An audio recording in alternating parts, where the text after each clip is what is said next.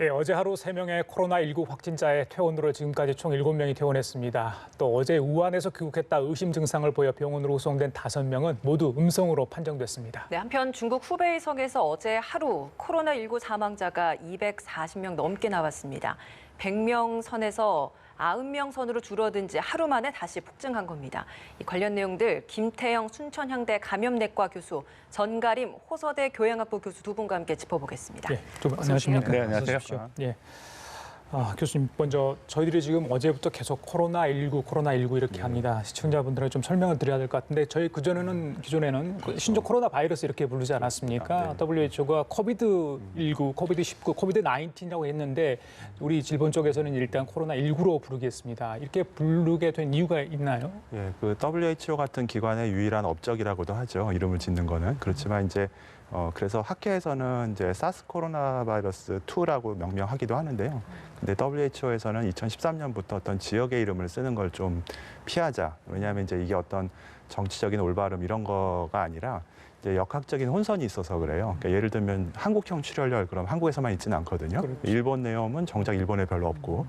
그러니까 이제 어떤 지역의 이름을 붙이면 우리가 그 병을 발견하는데 좀 장애가 되기 때문에 그런 이름을 붙이게 된 거고요. 그래서 코비드19라고 붙이게 됐고, 그다음에 우리 정부는 아마 신종 플루 때도 원래 2009 대유행 인플루엔자였는데 우리나라에서는 그때 신종 플루로 부르기로 했었죠.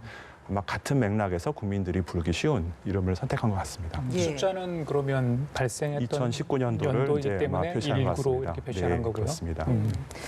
어제 3차 전세기로 우리 우한 교민들이 일부 입국을 했습니다. 네. 근데 그중에서 유증상자 5명이 있었고 자녀가 같이 있었기 때문에 2명까지 포함해서 7명의 병원으로 이송이 돼서 검사를 했는데 오늘 저희 조금 전에 나온 속보에 따르면 그 5명 모두 음성으로 나왔다고 그렇습니다. 합니다. 이렇게 된다면 이 5명 모두 이제 이천으로 격리 시설로 옮겨져서 거기에서 또 한 2주 정도 생활을 하게 되는 거죠. 네, 그렇습니다. 아마 저희도 이제 우려했던 게 이제 이렇게 많은 과정을 해도 어떻게 증상자가 나오냐 이제 이런 게 의심스러우셨겠지만 워낙 이제 긴 잠복기가 있고 따라서 이제 그런 시기에 증상이 없던 분들이 돌발적으로 증상이 나타날 수 있는 거고요.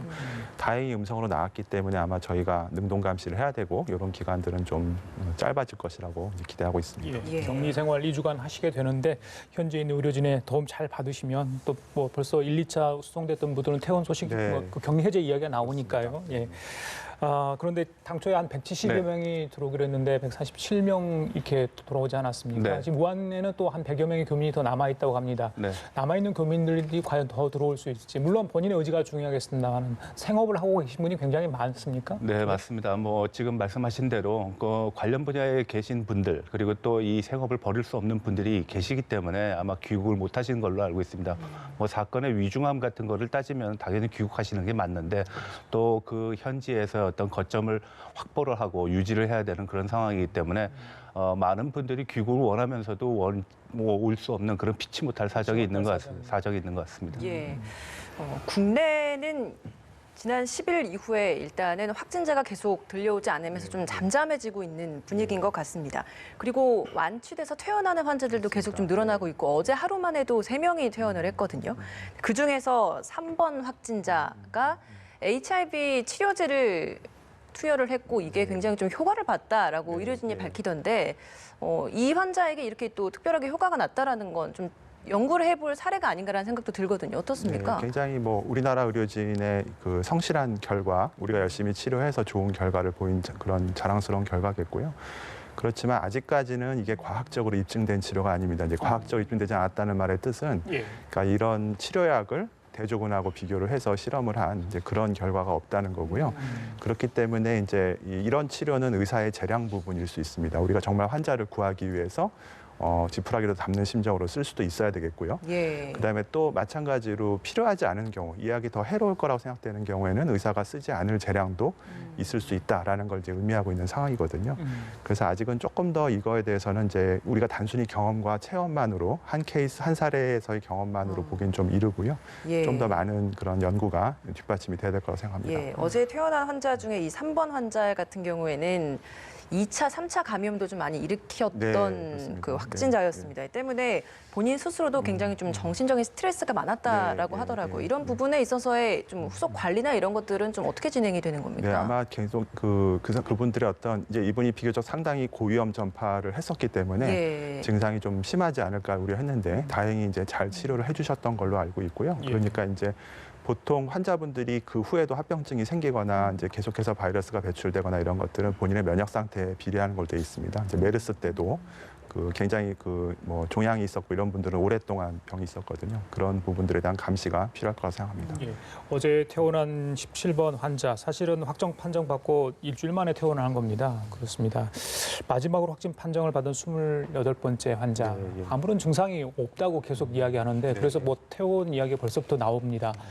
글쎄요, 사람마다 다르겠고 또 연령마다 다를 텐데 어떻게 보십니까? 이런 추이에 대해서는? 일단은 뭐 잠복기보다 좀 지나서 진단이 됐다는 이유 때문에 많이 문제가 됐던 사례인데요. 근데 아마도 잠복기가 길어질 수 있다라는 생각보다는 이분이 어떤 불연 감염, 그러니까 증상을 잘 인지하지 못한 상태의 감염이 있었고 그런 시기를 우리가 감지하지 못했기 때문에 이제 뒤늦게 발견된 어떻게 해서 보면 조금 오히려 이 병으로 보면 이제 치료 단계에서 진단이 되었을 가능성 이런 것들을 좀 더 염두에 두고 있고요. 왜 그러냐면 질병이라는 게 접촉해서 균이 들어올 때 우리가 잠복기라고 하는데 그 잠복기가 사실 바이러스가 잠자는 시기는 아니고요. 열심히 활동을 하지만 증상이 나타나지 않는 시기를 말하는 겁니다. 근데 또 증상이 나타나는 건 굉장히 주관적이기 때문에 아마 조금 그런 증상이 감지되지 않은 사례지 전체에서 큰 흐름에서 어떤 주된 그런 경과이지는 않을 거라고 생각합니다. 예. 이게 뭐 감소세로 들어서느냐 이런 것들은 많은 분들이 네. 중국의 추세를 봐야 우리도 진단을 할 수 그렇습니다. 있다라고들 이야기를 하던데 중국이 조금 감소세로 들어서나 했는데 오늘 발표 내용을 보면 후베이성에서만 단 어제 하루 동안 240명 넘게 사망자가 나왔다라고 합니다. 네. 확진자도 굉장히 좀 많이 늘었는데 네. 그 이유가 어디에 있다고 보십니까? 네, 저도 언론을 통해서 들은 얘기를 가지고 근거를 말씀드리자면 네. 아마 중국에서의 역학적인 조사 진단 방법이 바뀐 걸로 알고 있습니다. 그래서 그동안에는 너무나 이제 심각한 상태였기 때문에 확진자 중심으로 통계를 잡았었고 아마 이제는 조금 더 이제 잠잠해지는 거라고 전제를 하고 임상 진단, 그러니까 어떤 검사 결과 없이 의사가 진단한 좀 더 폭넓은 사람들을 진단에 포함시킨 것 같습니다. 그러니까 아마 조금 더 방역에 자신감을 보인 게 아닐까라고 생각을 하고요. 우리로서는 그래도 아마 그 조사 방법의 차이 때문에 늘어난 거지 정말 희망하기는 통제가 되는 거이기를 저희도 바라고 있습니다. 예. 그럼에도 불구하고 200명대 사망자가 나왔다. 그래서 좀 걱정스럽기도 합니다만 우한이 진원지이기 때문에 우한 얘기를 교수님께 좀 몇 가지 여쭤봐야 될 것 같습니다. 제가 알기로 후베이성 인구만 해도 1,100만이 네, 넘고요. 1,100만이 넘습니다. 그렇죠? 유동 인구는 한 300만에 그쪽 아주 1,400만 전체적으로 정도. 남한 면적이 한 2배 정도 된다고 하고. 네, 상당히 넓죠. 뭐 중국이 워낙 큰 나라다 보니까요. 면적 자체가 크고 인구가 많다는 건 누구나 다 알고 있습니다. 그래서 사실 이번 그러한 뭐 감염병 사례를 보게 되면 통제 과연 가능한가? 그리고 또 이 통제와 관련된 또 여러 가지 이동의 문제도 있고 또 계절적인 수요도 있죠. 뭐 춘절이라 그래가지고 우리의 구정에 해당하는 기간이 있기 때문에 인구 대이동이 일어납니다. 그래서 귀경과 귀성을 모두 합치면 한 40억 정도의 그런 이동이 생기거든요. 근데 지금은 이제 얼마 전에 그 춘제 연휴의 어떤 기간이 풀렸습니다. 그래서 본격적으로 대이동이 또 시작되는 과정이고, 뭐 그 때문에 우리도 또 우려하는 점도 있죠. 뭐 유학생들이 이제 시기에 맞춰서 또 한국에 귀국해서 공부를 해야 되니까요. 그래서 인구 이동에 관한 문제도 우리가 상당히 좀 주의 깊게 바라볼 필요가 있다. 뭐 한 가지 심각하다라고 얘기할 수 있는 거는 지역적인 범위가 너무 넓다라는 거죠. 그리고 중국의 어떤 교통망 때문에 많은 사람들이 이동할 수 있는 그런 조건이 있기 때문에 사실 이런 것들을 우리가 우려하는 것이 사실이고요. 우한 쪽에서 혹시 뭐 지인이 거주하실 수도 있는데 그쪽에서 네. 최근에 뭐 들은 소식 없습니까? 굉장히 봉쇄돼 가지고 뭐 사람이 사실 길거리를 다니는 모습을 보기 힘든 상황, 무조건 다 격리되고 봉쇄 조치됐기 때문에 그러겠습니다만 네. 상황이 어떻다 이런 소식 들으시나요? 일단 뭐 외부 외출은 못하는 걸로 이제 얘기가 되고 있고요. 그리고 주유소도 모두 문을 닫았습니다. 이동을 금지하기 위한 하나의 보조적인 장치라고 볼 수 있겠죠. 예. 그리고 제가 아는 지인 같은 경우에는 19일째 지금 밖을 못 나가고 있다라고 합니다. 그리고 기껏 나가는 거는 단지 밖에 있는 이제 택배나 이런 물건을 걷기 위해서 나가는 경우는 있는데 그 위에는 이동이 자유롭지 못하고요. 그리고 지금 심각하다라고 생각하는 건 아무래도 심리적인 요인 같습니다. 19일 동안 뭐 집에만 있어야 되니까 이런 문제들이 주는 어떤 불안감, 그리고 또 내가 과연 괜찮은가 하는 그런 불안감도 있을 수 있겠죠. 이번 상황 때문에 사실 중국 당국의 책임론이 중국 내에서도 굉장히 좀 많이 네. 일고 있다라고 합니다. 리원량 사망 이후에 더 언론의 자유에 대한 목소리가 또 커지고 있다라고 하는데 네. 실제 이런 분위기는 중국 분위기는 어떻습니까? 그렇습니다. 리원량의 어떤 사망 소식 이후에 중국의 어떤 민심이 상당히 흔들리고 있는 건 사실입니다. 특히 제 최초의 어떤 그 감염 사례를 발견을 하고 여기에 대한 경고를 했던 사람에게 일종의 징계를 줬고 또 감시를 했고 심지어는 그 부모는 리원양이 그동안 뭘 했는지도 알 수 없다. 그걸 밝혀달라고 할 정도니까요. 예. 그래서 아마 중국 내부에서는 이 리원양 의사의 어떤 사망 소식으로 인해 가지고선 어떤 민심이 동요하는 건 사실입니다. 특히 중앙 정부의 어떤 체제적인 문제, 관리 문제가 지금 얘기가 많이 되고 있는데 사실 뭐 중국이 가지고 있는 한계라고도 볼 수 있겠죠. 사회주의니까 통제가 가능할 수도 있겠지만 이 통제 속에서 또 다른 부작용이 나타났다. 그리고 일반적으로 우리가 뭐 지금도 우리가 대담을 하고 있지만 상당히 많은 소식을 얻지 못하고 있는 것이 사실입니다. 예. 주로 언론 보도를 통해서 뭐 나쁘게 얘기하면 뒷북으로 해석하는 수밖에 없는데 사실 이런 측면에서 보면 좀 안타까운 일이죠. 그래서 체제적인 문제, 심지어는 지금 지도부에 대한 문제도 언급하고 있습니다. 뭐 아시다시피 얼마 전에는 그 리커창 총리가 우한을 방문한 적이 있습니다. 그렇죠. 그 방문 이후에 나타나지 않습니다. 왜냐하면 14일 격리라는 조건을 맞춰야 되기 때문에요. 그리고 바로 며칠 전에는 시진핑 국가주석이 병원을 또 방문했습니다. 그렇죠. 물론 우한 지역은 아닙니다. 예, 베이징에 의해서 베이징. 방문했는데 그러면 적어도 우리는 14일 동안 시진핑의 뭐 모습은 볼 수 없다라고 볼 수 있습니다. 그렇게 되면은 중앙 정부의 최고 지도자, 앞서서 모든 것을 조치하고 모든 것을 관리하겠다라고 얘기한 사람이 나타나지 않는다라는 건 또 다른 어떤 심리적인 불안 요소, 불만감을 야기할 수도 있는 요인이 될 거라고 봅니다. 이게 중국 내 불만이 굉장히 커지는 상황인데 시 주석이 이렇게 나와서 전체적인 단결을 또 강조를 했단 말이에요. 여기에 네, 대한 맞습니다. 중국 국민들의 반응은 좀 어떻습니까? 글쎄요, 그 단결이라는 것이 12월부터 계속되고 있는데 단결이라고 얘기하면은 어떤 증상의 완화라든지 어떤 사태의 완화가 필요한데 사태 완화는 지금 사실 보이고 있지 않습니다. 바로 어저께 오전에 중국에서는 일주일 동안 그 확진자 그리고 사망자가 줄었기 때문에 긍정적인 신호다. 그리고 종난산 그 감염내과의 전문의는 지난주가 피크라고 했다가 요번엔 또 요번 주가 피크라고 했단 말입니다. 그러니까 전체적인 어떤 상황을 충분히 인지하거나 판단할 수 있는 않은 상황이기 때문에 아마 중국 지도부도 상당히 난감할 겁니다. 이 상황에서 어떻게 돌파구를 마련하는 거 그것이 쉽지 않은 것이고요. 또 다른 문제는 이제 체제가 갖는 한계성을 어떻게 극복할 것인가, 언론 통제만이 만능인가, 만상가 하는 그런 문제도 지금 많이 얘기가 되고 있습니다. 예, 중국의 감염 발생 추이가 굉장히 중요하죠. 오늘 뭐 우리 국회의장도 뭐 시진핑 주석의 서한도 또 보내지 네. 않습니까? 양국 간의 협조 빨리 이런 문제를 좀 타결하겠다 이런 의지를 서로 보인 것 같습니다. 일본 크루즈선 얘기를 좀 교수님 하겠습니다. 숫자가 좀 늘었어요. 또 그렇지 않습니까? 계속해서 그 한 곳에서 계속 확진자 수가 늘고 있는데 우리 또 승선원과 또 저기 탑승자들이 한 14명 정도 되지 않습니까? 걱정되는 부분도 있는데 전수조사 얘기는 좀 나오고 있습니다만 꽤 굉장히 또 시간이 더 걸려서 걱정되는 부분도 있고요. 크루즈선 상황은 어떻게 보십니까? 글쎄요, 2월 3일인가 이제 정박을 해서 지금 격리 기간 중에 있는 건데요. 사실 일본 하면은 이제 매뉴얼의 나라 아닙니까? 어떤 모든 지침과 뭐 이런 예. 것들이 그러니까 우리나라는 이렇게 위기에 강하다 그러면 일본 사람들은 평상시에도 위기처럼 대응을 하고 이런 것들이 잘 돼 있어서 저희 감염학회 선생님들끼리 모여서도 설마 일본이 그런 역학조사를 실패했을 것이냐라는 것들에 대해서 굉장히 의문을 했었는데요.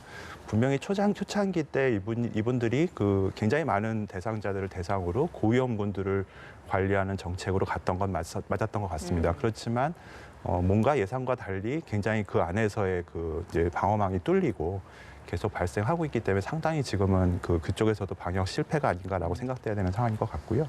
그렇지만 그 워낙 큰 수의 그런 잠재적인 감염원들을 지금 3,000명이나 되는 분들을 관리해야 되기 때문에 비유하자면 우리나라 역조관들이 200명이 안 되는 걸로 돼 있습니다. 역학조사관. 예, 우리나라 역학조사관들이 전국에서 지금 200분들이 아주 뭐 굉장히 과로하시면서 일을 하고 뭐 중국 갔다 온 분들 발열 환자들을 돌봐주고 계신데 일본도 뭐 우리보다 2배 있다 하더라도 그 정도 되는 인력이라면은 거의 그 배 하나를 다 책임져도 부족한 인력이 될 거거든요. 그러니까 상당히 좀 저도 동정적인 마음으로 보고 있고 뭔가 국제적으로 이제 여러 나라가 뭐 좀 더 같이 공조를 해야 되든가 이래야 될 거라 생각합니다. 예. 그 영국에서 코로나19 백신 동물 실험에 착수했다 이런 보도가 있던데 백신 개발이 새로 만약에 이제 착수하게 된다면 실제 상용화까지는 그럼 어느 정도 시간이 걸리는 겁니까? 그러니까 실제로 백신을 실험 단계에서 상용화돼서 이렇게 판매가 되고 이런 데까지는 굉장히 많은 시간도 걸리고 또 확률적으로도 굉장히 낮습니다. 왜 그러냐면 첫째로는 이 감염이 계절마다 돌아와야 그것이 가능해집니다. 근데 아직은 제가 바라기는 이건 우리가 퇴치해야 될 어떤 재앙이죠. 우리가 올해만 있었던 그 재앙이고 우리가 인류에서 퇴치를 시킬 거라고 기대를 하는데 이게 이제 매년 오는 감염이 되면 이제 임상 연구도 가능해지고 그래서 하게 될 거고요. 또 한 가지는 전 세계적인 유행이 될 때 이것이 조금 더 상용화될 수 있습니다. 어느 한 지역이 아니라 그래야 이제 어떤 인플루엔자 같이 독감처럼 어떤 백신이 개발될 텐데 아직까지는 이것이 이렇게 긍정적으로 기대하기는 좀 어려울 것 같습니다. 시기적으로. 지금 그 홍콩 마카오까지 네. 오염지구로 확대 지적을 했잖아요. 네. 근데 아직 우리 정부는 중국에서 들어온 분 전체 다 막는 그런 조치는 아니잖아요. 예, 입국 제한 조치는 확대하지는 않고 있는데 지금 그러니까 중국하고 유기적으로 좀 협조를 해야 될 부분도 있고요. 뭐 네. 다른 나라도 마찬가지입니다만 네. 어떻게 보십니까? 우리 정부의 사실 조치에서는? 시작은 의학적인 문제죠. 그렇지만 지금은 뭐 경제, 외교, 뭐 심지어는 안보까지 거론할 수 있을 정도의 심각한 문제로 대두되고 있는데 앞서 말씀드렸다시피 중국의 이동이라는 것이 상당합니다. 우리가 상상하는 이상의 규모이고 그리고 뭐 빈도에 있어서도 상당하거든요. 특히 홍콩, 마카오 같은 경우에는 홍콩은 홍콩 주민들의 어떤 이동 그리고 뭐 이런 거에 대해서 굉장히 좀 경계를 하고 있는 상황이지만 사실 홍콩은 자그만 지역에서의 굉장히 많은 환자들을 지금 발생하고 있거든요. 그래서 이런 문제들이 좀 심각하다. 그리고 또 한 가지는 비단 우한이라든지 중국에서 발생했던 지역에서의 사람들이 그 지역에서 출발해서 외국으로 가지 않습니다. 보다 싼 항공편을 찾기 위해서, 보다 연결편이 쉬운 연결편을 찾기 위해서 다른 지역으로 이동하면서 오기 때문에 우리나라에 들어온 환자들 중에서도 우리가 본 사례가 있죠. 우한에서 출발은 했지만 산동을 거쳐서 오는 경우, 예. 그리고 마카오를 거쳐서 오는 경우. 근데 이제 마카오는 잘 아시다시피 마카오와 홍콩은 경제적인 어떤 활력을 갖고 있는 도시거든요. 그래서 뭐 굉장히 그 항공편이 많습니다. 그래서 이런 측면에서 보게 되면 홍콩, 마카오를 경유해서 오는 중국 사람들에 대한 뭐 관심이라 그럴까요? 아니면 주의라고 할까요? 그런 것도 우리가 좀 주목해 볼 필요가 있다. 특히 제가 이제 강조하고 싶은 거는 지금 우리가 이제 우한 지역을 많이 얘기하고 있는데 예. 실상은 이제 북경이라든지 상해, 광동성 같은 지역도 우리가 좀 관찰을 잘해야 된다. 왜냐하면 급격하게 늘어나고 있습니다. 그리고 광동성 같은 경우에는 속칭 농민공이라고 그래서 노동 인력이 집중되는 지역입니다. 그러니까 전국 각지에서 농한기를 통해 가지고서 광동성에 와서 일을 하거든요. 그래서 선전 같은 경우에는 평균 연령이 29세밖에 안 됩니다. 그 도시 전체 평균 연령이요. 왜냐하면 많은 노동자들이 와서 그 노동 인구가 집중하다 보니까 평균 연령이 낮아진다는 얘기입니다. 예. 그러면 그만큼 선전이라든지 광동 지역에서의 어떤 감염 사례가 폭발할 수 있는 개연성은 저는 있다고 생각을 합니다. 왜냐하면 이건 뭐 의학적으로 소개는 설명을 할 수 없겠지만 적어도 중국의 이동 경로를 보게 되면 우리가 좀 주목해 볼 필요가 있다라고 봅니다. 예, 교수님께서도 마지막으로 이 중국 상황을 통해서 좀 우리나라 언제쯤 진정 국면 들 수 있을지 좀 예상을 좀 해주시죠. 네, 실제로 바이러스가 중국 전체에서 통제가 되고 병원 내에서까지 통제되려면 최소한 뭐 6개월이나 뭐 그 정도 이상 갈 겁니다. 우리 메르스 때도 우리나라에서도 그 100몇 명 되는 환자에 대한 모든 것이 끝날 때 한 서너 달 이상 걸렸었거든요. 그렇지만 이제 우리나라 입장에서 보면은 중국의 어떤 유행 곡선이 좀 꺾이기 시작을 해서 유입자가 줄어들면 우리는 그래도 그보단 조금 더 빨리 통제가 되지 않을까라고 기대하고 있습니다. 그래요. 알겠습니다. 지금까지 김태형 순천향대 감염내과 교수, 정가림 호소대 교양학부 교수 두 분과 함께했습니다. 말씀 감사합니다. 고맙습니다. 네, 고맙습니다.